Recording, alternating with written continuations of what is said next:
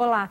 Crianças vítimas de violência, de abandono, de catástrofes e acidentes precisam de cuidados especiais. O que a sociedade e o Estado podem fazer para amparar esses meninos e meninas? E o que o Brasil já tem feito nesse sentido?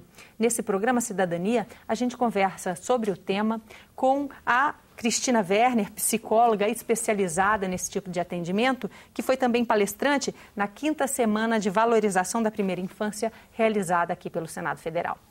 Doutora, muito obrigada por esse nosso encontro.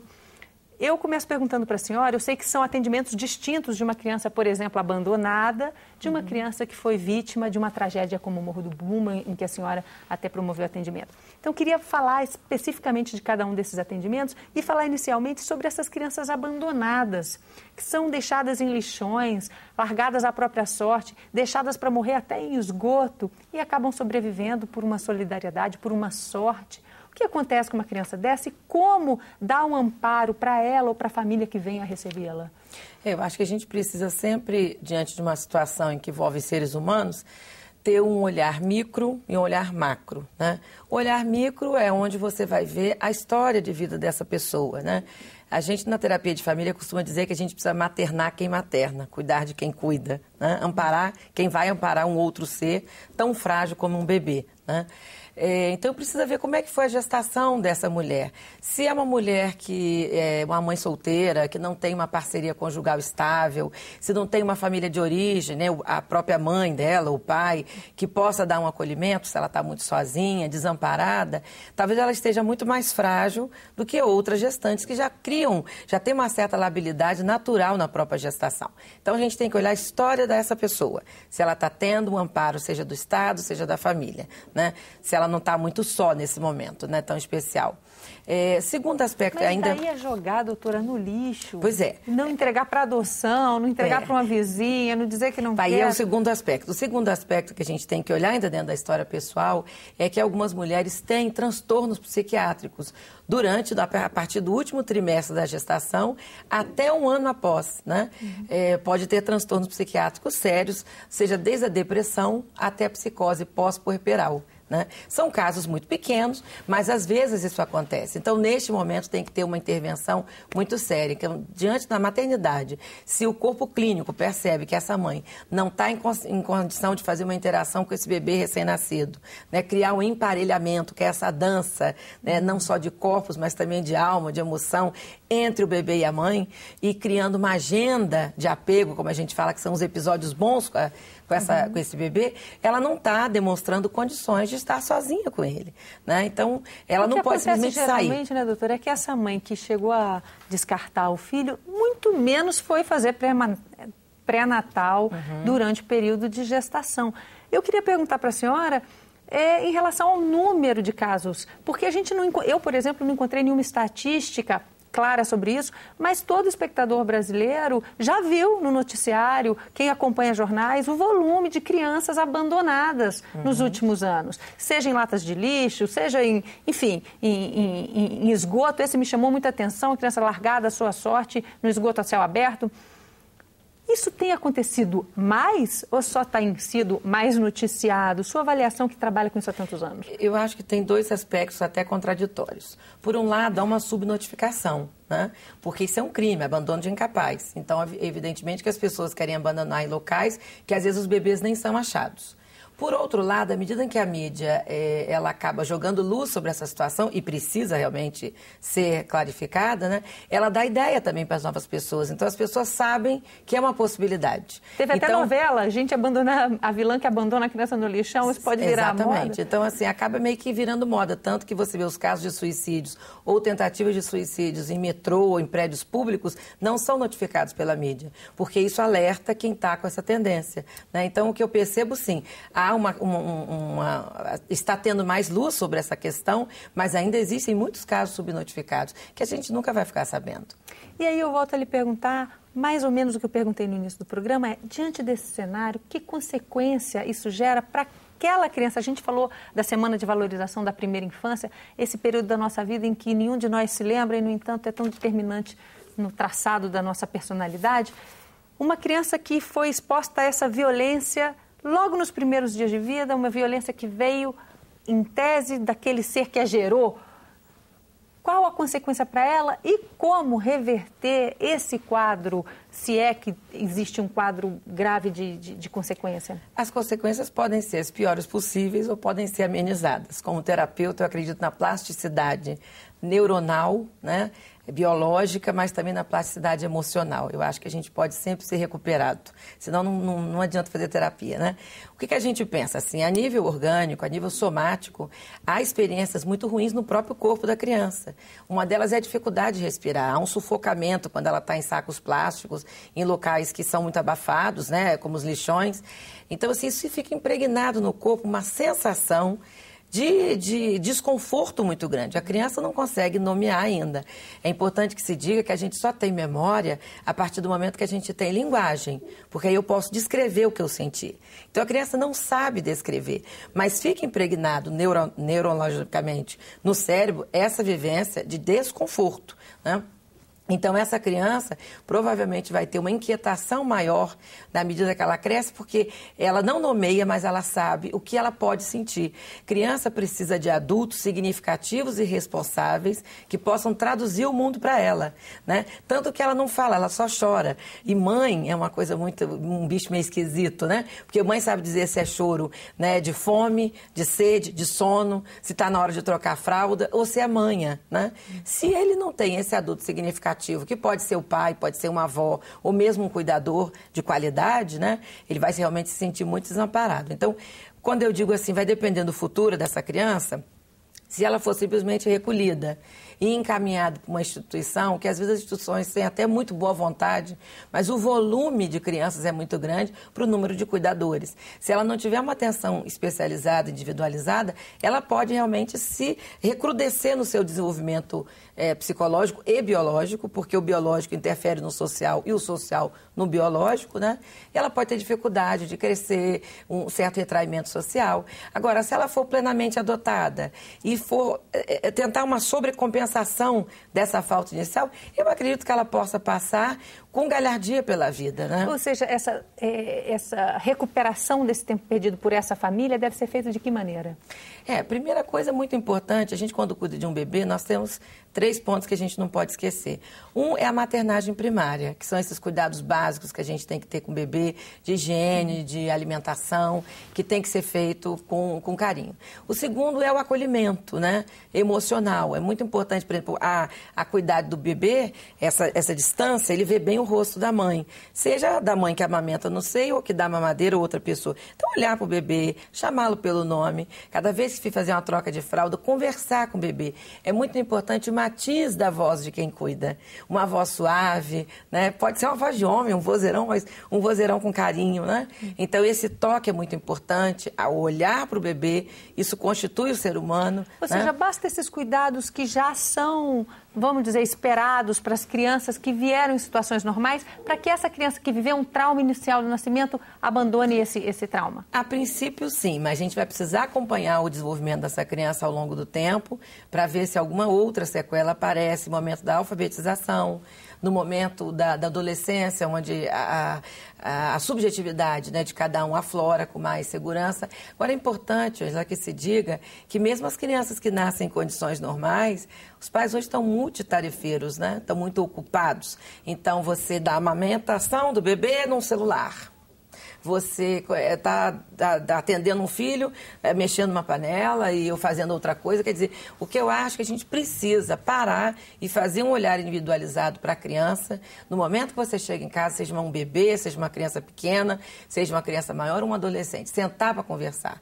Continuar esse olho no olho que é da infância, o que você fez, como é que foi o seu dia? A gente está muito ocupado, então, assim, eu acho que a gente brinca, às vezes, quem não sabe brincar não desce pro play, então quem não sabe maternar vai ter que aprender, né? Ter filho significa realmente cuidar. E está sendo um descompromisso muito grande dos pais com os filhos. É um ponto, uma denúncia interessante para reflexão. A senhora mencionou crianças em abrigos. No Brasil, são quase 40 mil hoje, e só pouco mais de 5 mil são crianças disponíveis para adoção. As outras estão ali sem perspectiva de um lar, a não ser que seus pais venham a sair da cadeia ou que elas venham encontrar outras situações. A situação de risco que ela colocou ali, por alguma razão, se reverta. A senhora menciona muito essa relação pai-filho, pai-filho. E essas crianças em abrigo, qual é o tipo de atendimento que profissionais como a senhora, capacitados, podem dar? Aproveito para perguntar, o Brasil tem dado? Nós temos profissionais capacitados suficientes para atender como eu falei antes, assim, eu falei de um adulto responsável e significativo. Não falei de pais e mães necessariamente, né? Eu acredito muito nas figuras que são capazes de afetar simbólica e significativamente a vida de uma criança, de um adolescente. Um cuidador pode fazer esse papel, um professor pode fazer esse papel, né? Por exemplo, algumas instituições que eu frequento, abrigos, tem a mãe social, que é extremamente amorosa e acolhedora. E tem uma coisa que a criança abrigada pode ter, que a criança de classe média não tem mais, que é a fratria, a irmandade. Hoje em dia nós temos muitos filhos únicos, ou com uma distância muito grande entre um irmão e outro, por conta das atividades laborais da mãe. E a gente perde essa relação fantástica da irmandade, porque os irmãos são os únicos na família que nos acompanharão a vida inteira. Porque eles tiveram o mesmo pai, a mesma mãe, o mesmo grupo social, comeram a mesma comida, moraram na mesma casa, viveram as mesmas situações, boas e ruins, e provavelmente vão estar juntos até a nossa morte. Porque quando a gente nasce, os nossos pais já estão de meia idade ou mais velhos, né? Quando a gente se casa, encontra alguém que não acompanhou o início. E quando nós temos nossos filhos, nós é que estaremos velhos. Então, a gente tem que dar valor.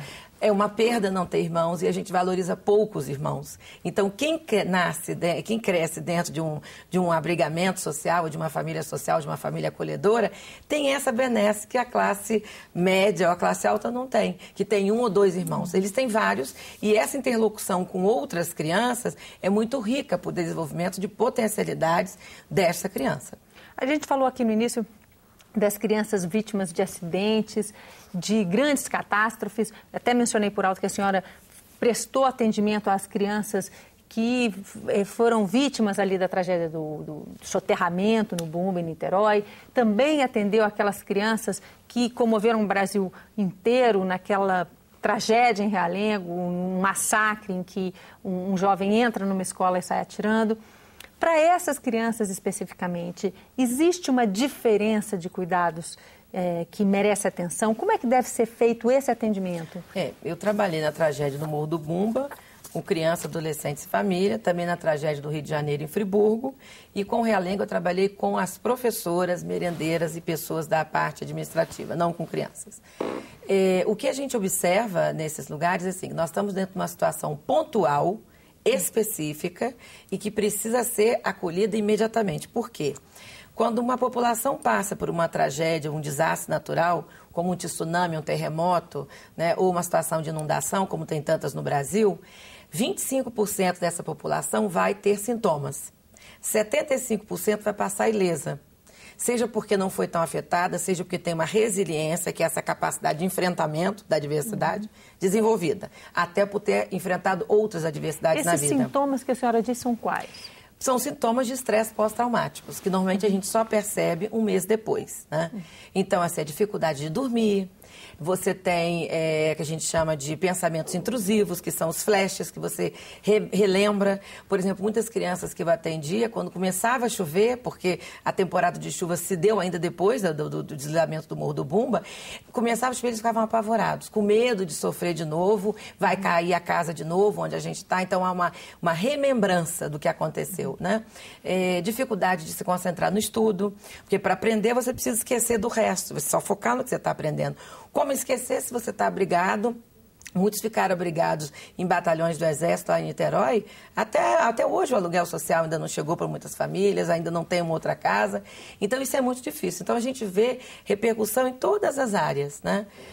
Isso logo em função da tragédia. Depois o próprio abrigamento traz dificuldades. Às vezes adolescentes de facções rivais estão no mesmo abrigo. Dividir um espaço com uma mera cortina, você ouve o barulho, às vezes, de relações sexuais de pessoas, porque a vida tem que continuar, ou brigas entre casais. Então, assim, há uma confusão muito grande. Então, a gente tem a tragédia e tem o pós-tragédia, né? E esse atendimento precisa ser feito com uma certa urgência, porque se você atender esse 25% que vai sintomatizar em até 4 meses depois de uma tragédia, 20% estará bem, não terá estresse pós-traumático. Mas 5% mesmo sendo atendido, vai ter sintomas. Muitas vezes precisarão se afastar do trabalho, no caso dos adultos. Terão dificuldades na socialização, no caso dos adolescentes. E crianças que ficam com muita dificuldade de comer, de dormir, de frequentar a escola. Então, esses programas de ajuda humanitária, psicológica, precisam ser mais incentivados pelo governo federal, estadual e municipal. O grupo a que eu pertenço é um grupo de voluntários ajudados pelo Rotary Clube do Brasil. Então, são psicólogos que largam as suas tarefas em casa, família, o trabalho, e vão para esses lugares com a grande vontade, com a grande vontade de ajudar. A senhora está mencionando o voluntariado e a gente vê a força e a importância que ele tem, até porque o Brasil tem um histórico recente de lacunas nesse atendimento. Ainda em 2012, o governo assinou esse protocolo de atendimento, lançou um protocolo de atendimento a crianças em situação de desastre, ouvindo a Unesco, a experiência internacional. Sua avaliação, por onde podemos recomeçar ou aprender? A gente precisa começar. Porque nós, assim, vou falar da minha área, da terapia, da parte da psicologia, né? Os terapeutas, os psicólogos, eles são treinados para atender dentro de um setting terapêutico, de um lugar com poltronas, ar-condicionado, água, etc. Quando você vai para trabalhar numa tragédia, não tem nada disso. Você vai atender no meio da rua, você vai atender em pé, você vai atender em lugares insalubres, né? Então, nós não temos treinamento específico. Então, o que a gente percebe? São iniciativas particulares ou de entidades sociais, né? Que acabam capacitando outros psicólogos. Esse programa que eu participo é o programa de ajuda humanitária e psicológica pelo Rotary, né? E a gente então está capacitado a trabalhar em outros lugares e outras intervenções naturais. E a senhora me contava aqui que, às vezes, até contra a vontade do próprio Estado, ou com a dificuldade imposta pelo próprio Estado brasileiro. Por exemplo, o caso de Realengo, né? Nós já tínhamos o treinamento do Morro do Bumba e de Friburgo e queríamos entrar na escola para trabalhar, porque a gente sabe fazer, porque a gente já teve a experiência. E, na ocasião, nós mandamos e-mails para a secretária de Educação e secretário de Desenvolvimento Social da cidade do Rio de Janeiro e nós nem obtivemos resposta sequer. Como eu também sou debatedora numa rádio lá no Rio de Janeiro, a Rádio Globo, eu anunciei na rádio o tratamento voluntário, gratuito, e uma das professoras de Realengo me procurou através da Rádio Globo e, através dela, fiz uma reunião com mais 3 professores e pudemos organizar, dentro da Igreja Metodista da Barra da Tijuca, um atendimento para 30 pessoas de Realengo, né? Então, inclusive das salas em que o Wellington entrou atirando. Pessoas que precisavam muito de ajuda. Então, assim, foi uma dificuldade para ajudar. A gente quer ajudar e não consegue. Isso é que é muito triste, né? Então, eu acho que precisa, assim, ter programas nas universidades, matérias específicas, atendimento psicológico para vítimas de tragédia. Por que isso é importante, Ângela? Porque o Brasil, dentro dos países do hemisfério sul, é o que mais terá desastres naturais em termos de enchentes, por exemplo. Porque a gente tem uma bacia hidrográfica muito grande. Segundo, é importante que se lembre que sempre houve desastres naturais, mas haviam locais não povoados. Hoje, como se aumentou as populações de cidades, em todos os lugares, as grandes e as médias, lugares que tinham enchente, tragédia, que nada acontecia, hoje acontece porque já tem gente morando. Inclusive porque as pessoas estão vindo, o êxodo rural muito grande, as cidades estão se apinhando de gente em condições subhumanas, sem esgoto, sem tratamento de rua, de árvore. O próprio Bumba era um lixão. Né? Quer dizer, então, é importante entrar também a parte de engenharia, de arquitetura, de habitação, quais são as condições que essas pessoas estão morando. Porque se tiver uma enchente, vai inundar e vai ter de novo a catástrofe. Agora, também precisa ter educação do povo. As pessoas ainda jogam lixo na rua, as pessoas ainda entopem os bueiros. Então, na verdade, é um trabalho muito amplo de conscientização para que essas tragédias, como Bumba e como Friburgo, não tornem a acontecer. E também um trabalho de formiguinha para evitar que tragédias como a de Realengo, que a gente tem as tragédias naturais e aquelas tragédias que são, às vezes, fruto da própria violência, quiçá, vou usar aqui dizer, uma violência de uma criança que deveria ter sido tratada também na infância. Não foi, se tornou um adulto violento num ciclo vicioso ainda mais complicado. É diferente o tratamento de uma tragédia e de outra nesse sentido? Elas têm coisas em comum, né? Porque elas acontecem. No caso de Realengo, eu acho que tem um agravante, porque aconteceu dentro da escola. E foi a primeira vez no Brasil que teve um acontecimento como esse, com as dimensões que teve, que já teve episódios esporádicos, né? Então, assim, você macula a ideia da escola. né? A escola, que é um lugar de aprendizado, de recreação, de socialização, também é um lugar de morte, né? Então, eu acho que ali tem uma questão muito séria e não era possível prever, né? Já as enchentes, eu acho que é possível prever, sim, por mais que tenham situações de chuva de uma intensidade muito grande, né? Eu acho que é importante a gente prevenir. Na época se levantou a questão do bullying. E me preocupa que tem um anteprojeto de lei na Câmara circulando sobre a questão do bullying. E realmente eu temo um pouco, porque eu acho que a gente não pode já partir para o direito penal em relação ao bullying. Eu acho que o bullying nós ainda temos duas coisas para fazer antes. O primeiro é a prevenção, né? Eu acho que é importante ter campanhas nas escolas que façam uma reedição das virtudes, para que as pessoas possam entender muito bem o que é, especialmente uma delas, que é a compaixão, que é a noção da dor do outro. Se eu sei que algo que eu vou fazer vai causar dor no outro, eu tenho que ter essa noção e não fazer. Então, para isso, eu vou precisar de uma outra virtude, que é a temperança, que é a educação do desejo. Eu não posso fazer o que eu quero, eu só posso fazer o que eu posso. Mas né? que em crianças expostas à violência, muitas vezes desde que nasceram, a gente nem deu tempo aqui, o programa está chegando a fim, mas crianças que cresceram em ambiente de tráfico de drogas, crianças que estão expostas a essa violência, é muito difícil fazer com que essa criança trabalhe a temperança que ela não conheceu. Né? Se a gente trabalhar desde a pré-escola, nas creches, né? O que é importante? Que você está trazendo um fato que é real, mas você está falando de uma interlocução. A criança pode ter várias interlocuções sociais, vários agentes sociais que possam apresentar outros modelos de interação. De fato, se uma criança está numa casa onde se resolve os problemas com briga, ela vai resolver também na escola e na rua com briga.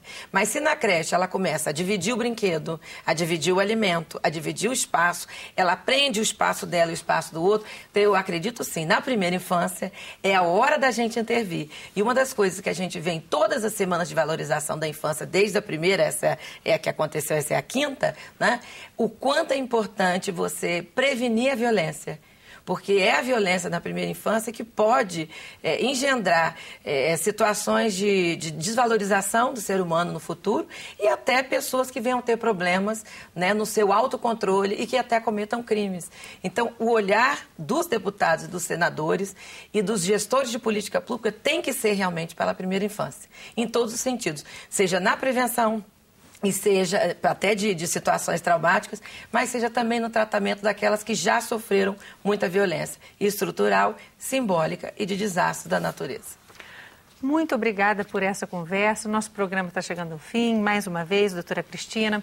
Nós conversamos aqui no Cidadania com a psicóloga Cristina Werner, especializada no atendimento familiar e de crianças vítimas de violência ou expostas à situação de catástrofe. Com a doutora Cristina Werner, especializada nesse tipo de atendimento. A você que nos acompanha mais uma vez, muito obrigada pela atenção. Se quiser falar com a gente, o telefone aqui do Senado é 0800 61 2211, a ligação é gratuita. Se você preferir, pode acessar nossa página na internet, onde você pode inclusive ver de novo este e outros programas produzidos pela TV Senado. O endereço www.senado.leg.br/TV. Tchau, até a próxima.